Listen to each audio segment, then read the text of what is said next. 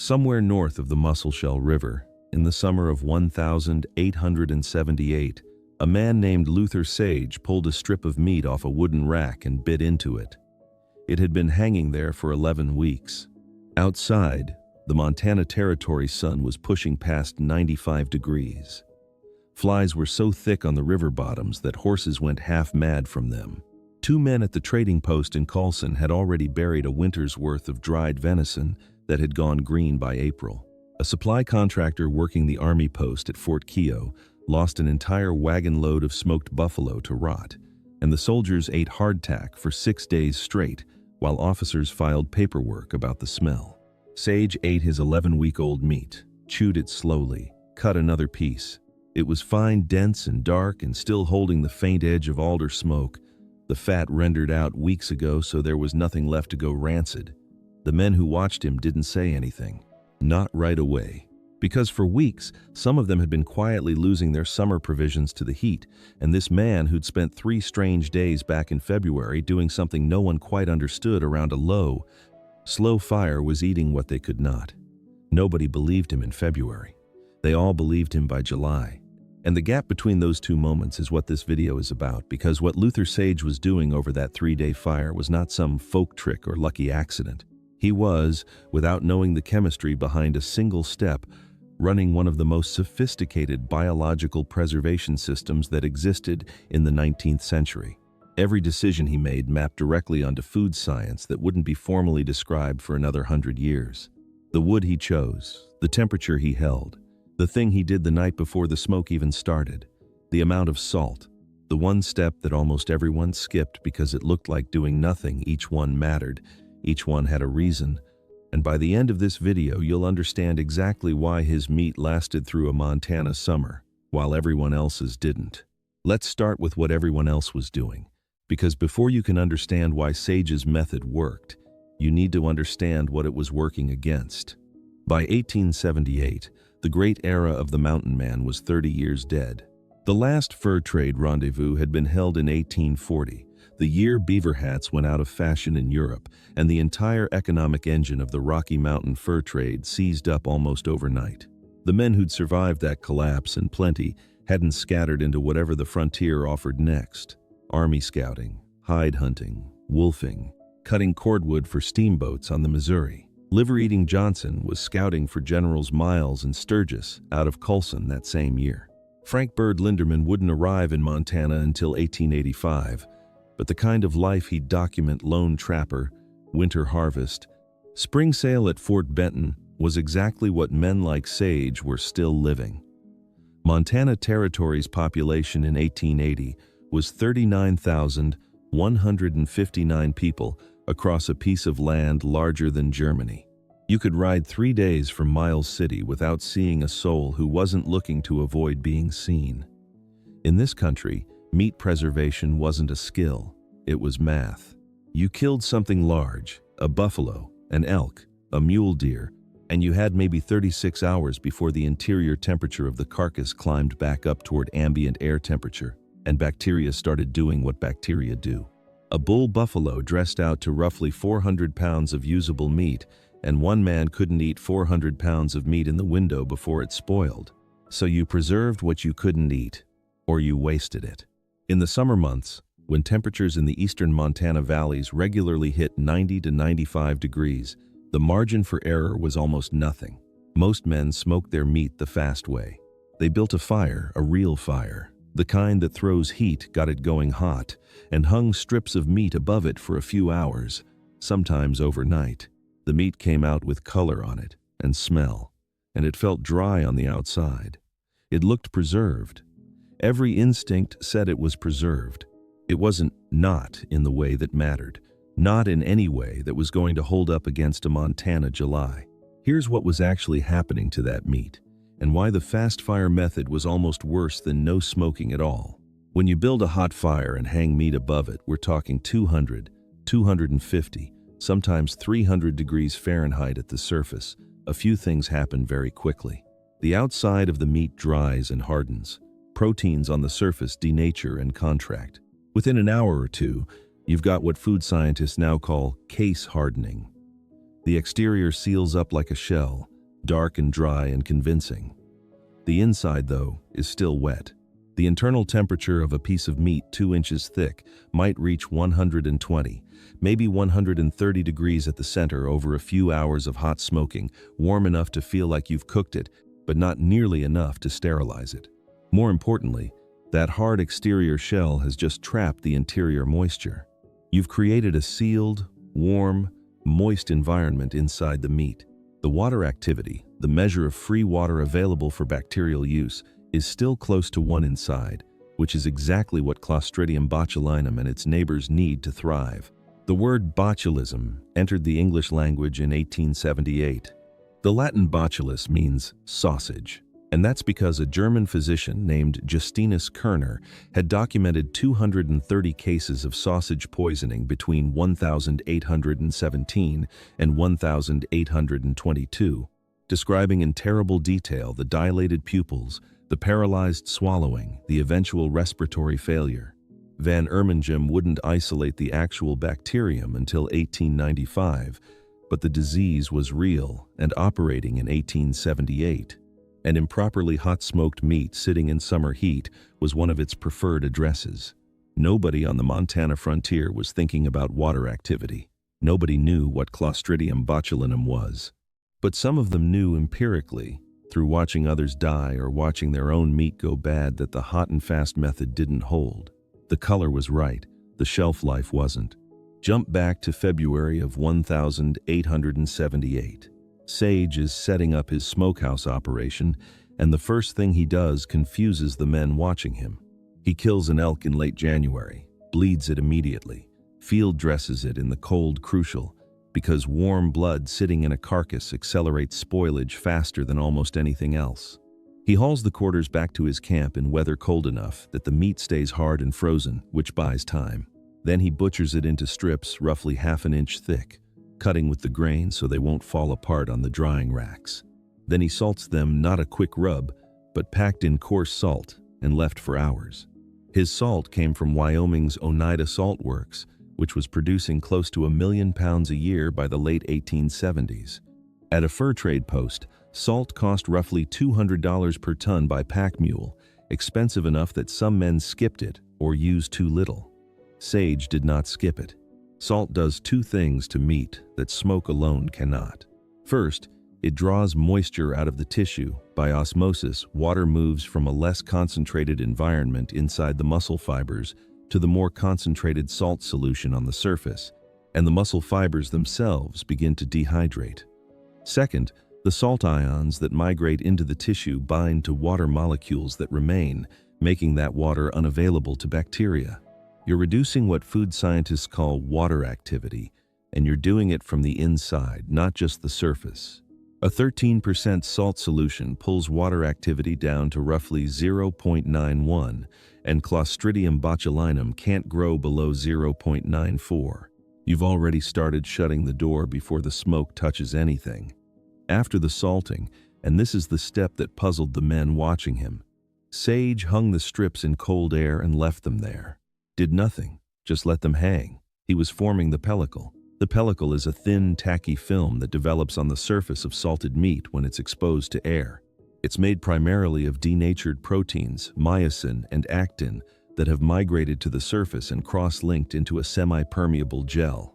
It forms because salt ions disrupt the hydrogen bonds holding muscle proteins in their normal configurations, causing them to unfold and aggregate at the surface.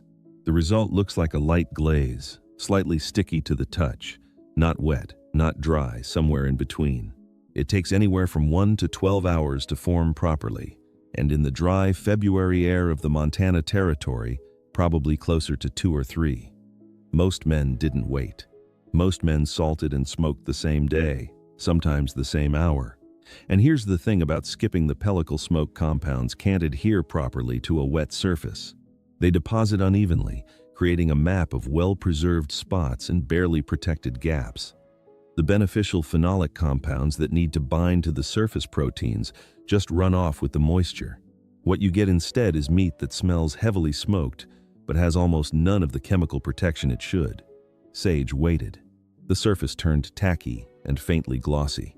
Then, and only then, did he start the fire. The fire is where the real science lives, and it's the most counterintuitive part of the whole operation. Sage did not build a hot fire.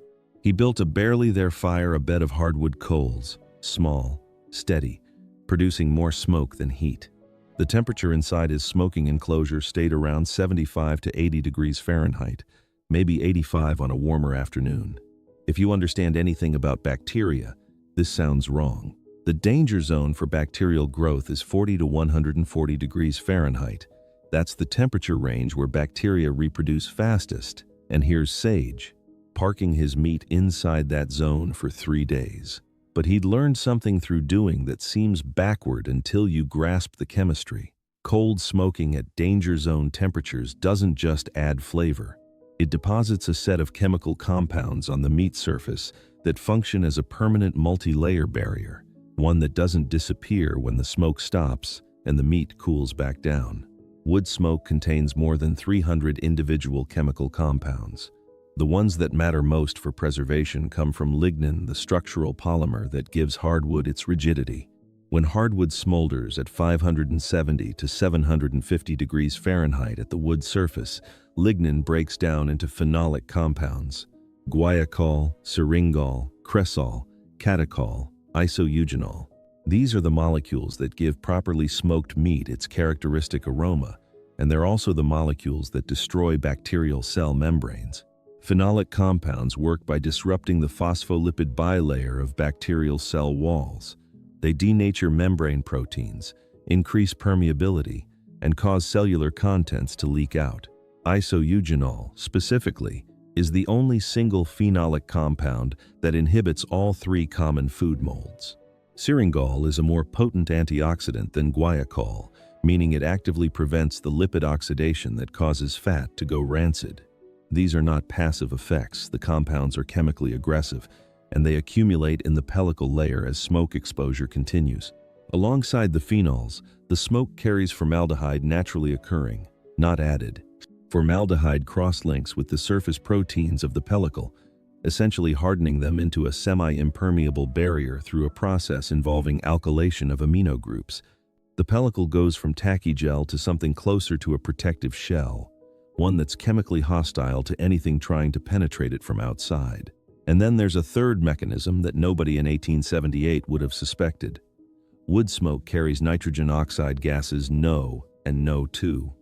At the meat surface, these react with moisture to form nitrites. Nitrites directly inhibit Clostridium botulinum. It's the same mechanism behind the pink curing salts that commercial butchers use today. Sage was producing his own nitrite treatment, naturally, from wood smoke, without knowing what a nitrite was. 3 simultaneous chemical systems: phenols destroying bacteria at the surface, formaldehyde hardening the protein barrier, and nitrogen oxides generating a botulism inhibitor in situ. A hot, fast fire produces some of these effects briefly, then stops when the smoke stops. Cold smoking deposits them slowly, deeply, with time for compounds to bind properly and penetrate the pellicle. The result is permanent. It doesn't wash off, doesn't break down in summer heat, doesn't require refrigeration to maintain. The meat that comes out of a hot smoke rack looks nearly identical to the meat that comes out of a cold smoke setup. The difference is invisible. One will last 11 weeks in a Montana summer. The other won't survive 3. The wood he used wasn't random either, and this was another point of difference from the men around him.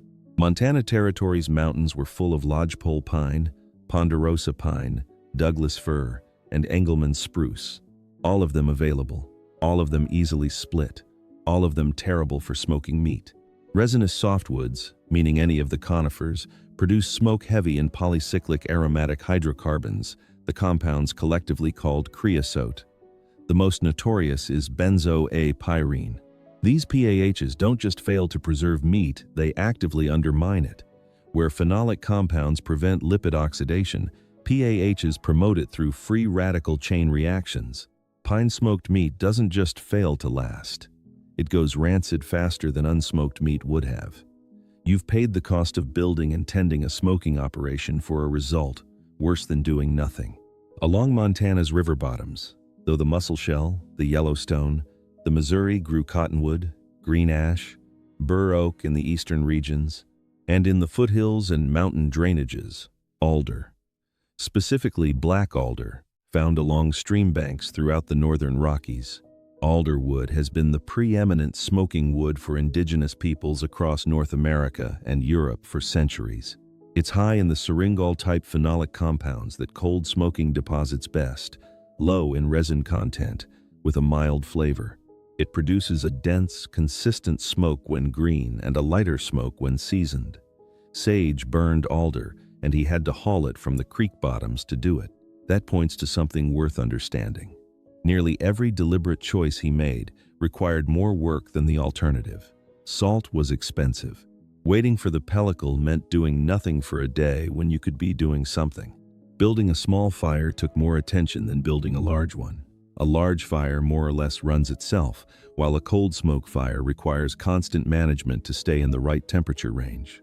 Hauling alder from the creek bottom when perfectly burnable pine was 20 feet away required an extra trip. The fast, easy, available choice was wrong at every single step.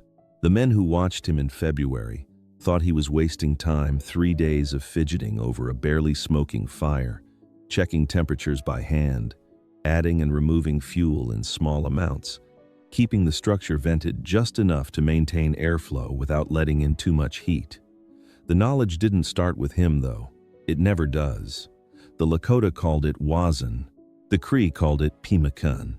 We call it pemmican, and it represents the most sophisticated preserved food system developed on the North American continent before refrigeration existed. The process looks simple in description. Strip the meat thin 1/8 to 1/4 inch and dry it until it's completely brittle, far drier than what most people would call jerky. Pound the dried meat between stones until it's nearly powder. Render bison tallow separately. Extract bone marrow. Combine meat powder with melted fat at a 1-to-1 ratio by weight. Pack in rawhide and seal with a final layer of tallow. The execution is sophisticated in ways that took centuries to optimize. The 1-to-1 meat-to-fat ratio wasn't arbitrary. It kept protein calories below 35 to 40% of total intake, the ceiling above which protein toxicity begins, what frontiersmen called rabbit starvation. Drying the meat to brittleness before pounding reduced water activity to nearly zero, creating a product that bacteria couldn't touch. The rendered tallow seal created a semi-anaerobic environment inside the rawhide bag that further suppressed spoilage. Edward Wentworth wrote that properly made pemmican had no assignable limit to its keeping time if stored dry.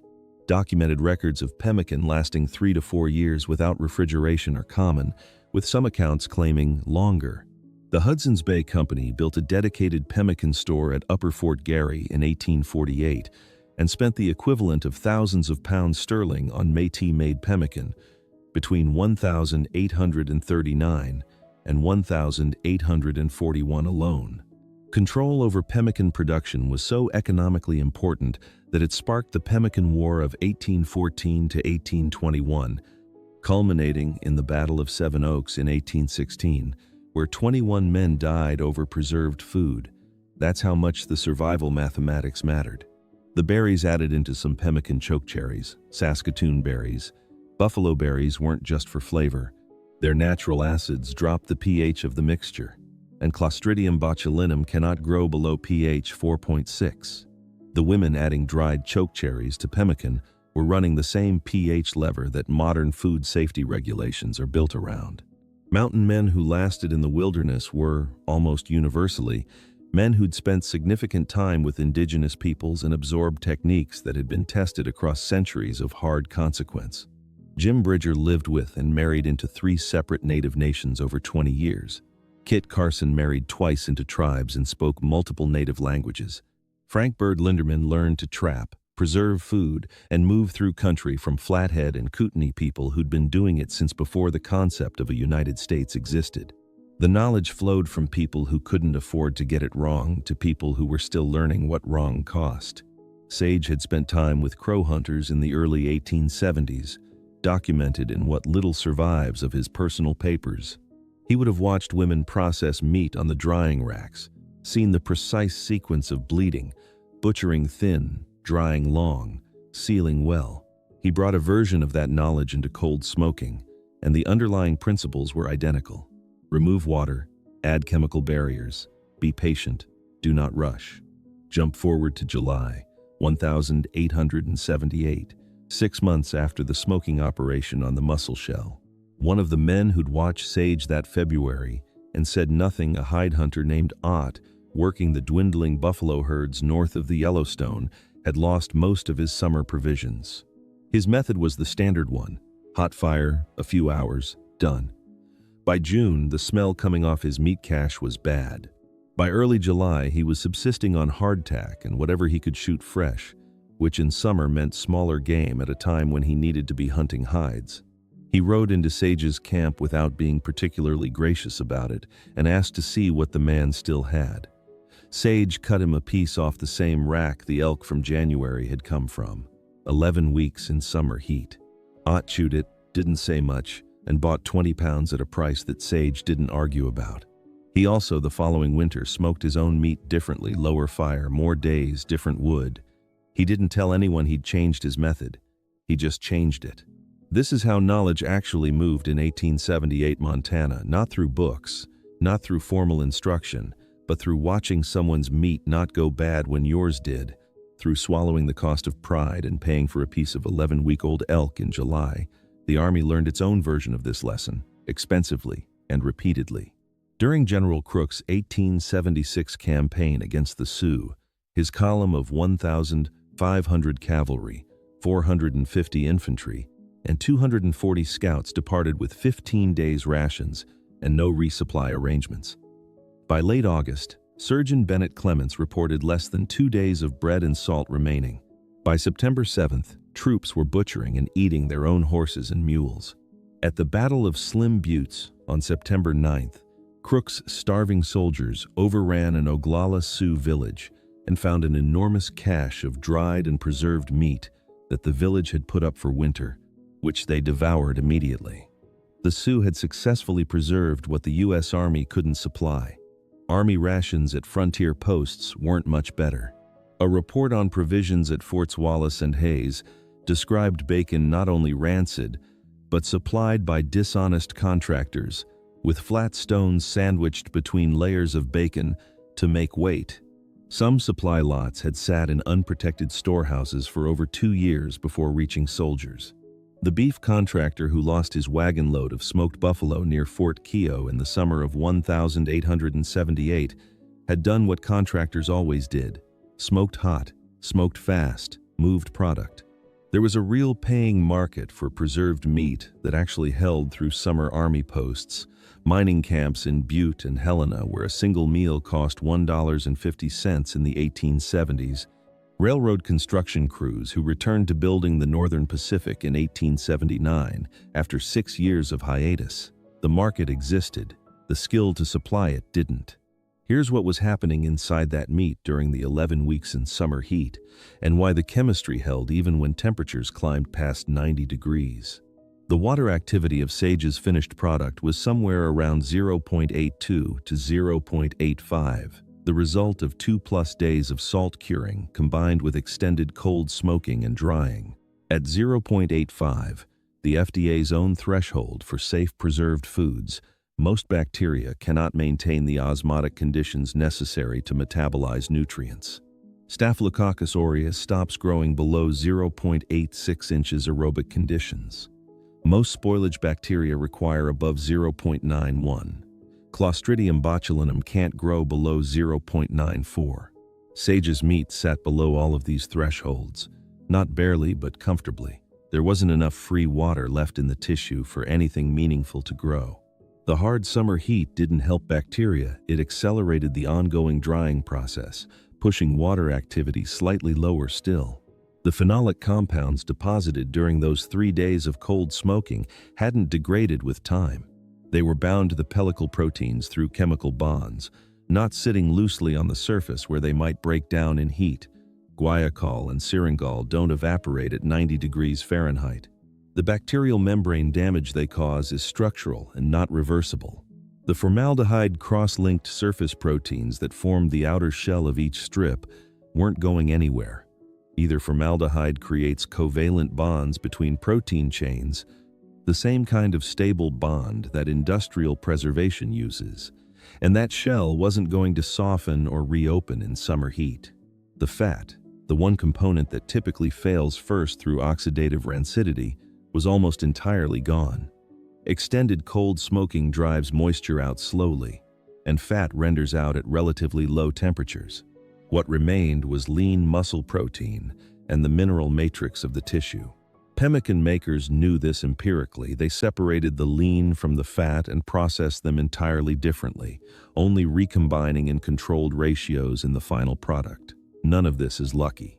All of it is the logical consequence of a method that hits every biological requirement for long-term meat preservation: low water activity, surface pH reduction, antimicrobial phenolic compounds, protein cross-linking, and fat removal. Sage hit all five. The men around him hit at most one or two. There's one more thing worth saying plainly about this. By the summer of 1878, the great northern buffalo herd, the one that had sustained the entire ecology of the northern plains, the one that plains nations had built civilizations around, was beginning its final collapse. In 1876, an estimated 500,000 buffalo grazed within 150 miles of Miles City. By 1884, they were essentially gone. Commercial hide hunters, working with high-powered repeating rifles and no concern for waste, killed for hides and tongues and left the rest. On one stretch of the South Fork of the Republican River, investigators found 6,500 carcasses stripped of hides, only millions of pounds of meat left in the sun. George Bird Grinnell observed the contrast directly. Native hunters saved every ounce, while the commercial hunters would have left all but enough for one day's use to be devoured by the wolves or to rot upon the prairie. The irony is sharp and not comfortable. The techniques that could have turned that waste into a durable food supply, the very techniques that plains nations had refined over centuries and that men like Sage had partially absorbed, existed. They were known. They weren't widely practiced because the economic incentive was to move fast, take the hide, leave the carcass, and move to the next animal. Preservation took time, and time had a cost, and the carcasses rotted. What Sage was doing with his alder fire and his February patience was, at some level, the last echo of a different relationship with the land and the animals on it, not romantic, but practical. The Lakota women with their pounding stones weren't being sentimental. They were being efficient in a way that produced food lasting 3 years instead of 3 days. By the 1880s, the context that gave those techniques their necessity was being erased along with the herds. The Sage story doesn't end dramatically. He sold preserved meat to a freighter in late July 1878, who resold it at Fort Keogh. He trapped through the winter of 1878 to 1879 and sold pelts in the spring at Fort Benton. He's documented in a single entry in I.G. Baker and Company's ledger for 1,879. Luther Sage, 4 marten, 12 beaver, sundry smoked provisions, and then the record goes quiet. But Ott, the hide hunter who paid for 11-week elk in July, was documented still working the mussel shell in 1882, and his method had changed. Nobody talked about it. Nobody wrote it down at the time as anything significant. A man smoked his meat with a low, slow fire over a long time, used the right wood, salted it first, waited for the surface to set. Summer came. The meat held. In February, they thought he was wasting time, and by July, they knew exactly what he'd been doing. The knowledge that made it work wasn't his. It came from centuries of people who couldn't afford to be wrong about food in a country that taxed every mistake with the full weight of its weather, its distances, and its absolute indifference to hunger. He learned it from people who learned it from people who discovered, through hard and irreversible consequence, that you don't rush the pellicle, you don't use pine, and you don't smoke hot when you mean to preserve. 3 days at 80 degrees over an alder fire, with February cold outside and nobody believing a word of it. 11 weeks later, the only question anyone wanted to ask was how. Share Project Content Man, Montaigne created by you, How Mountain Men, avoid these styles.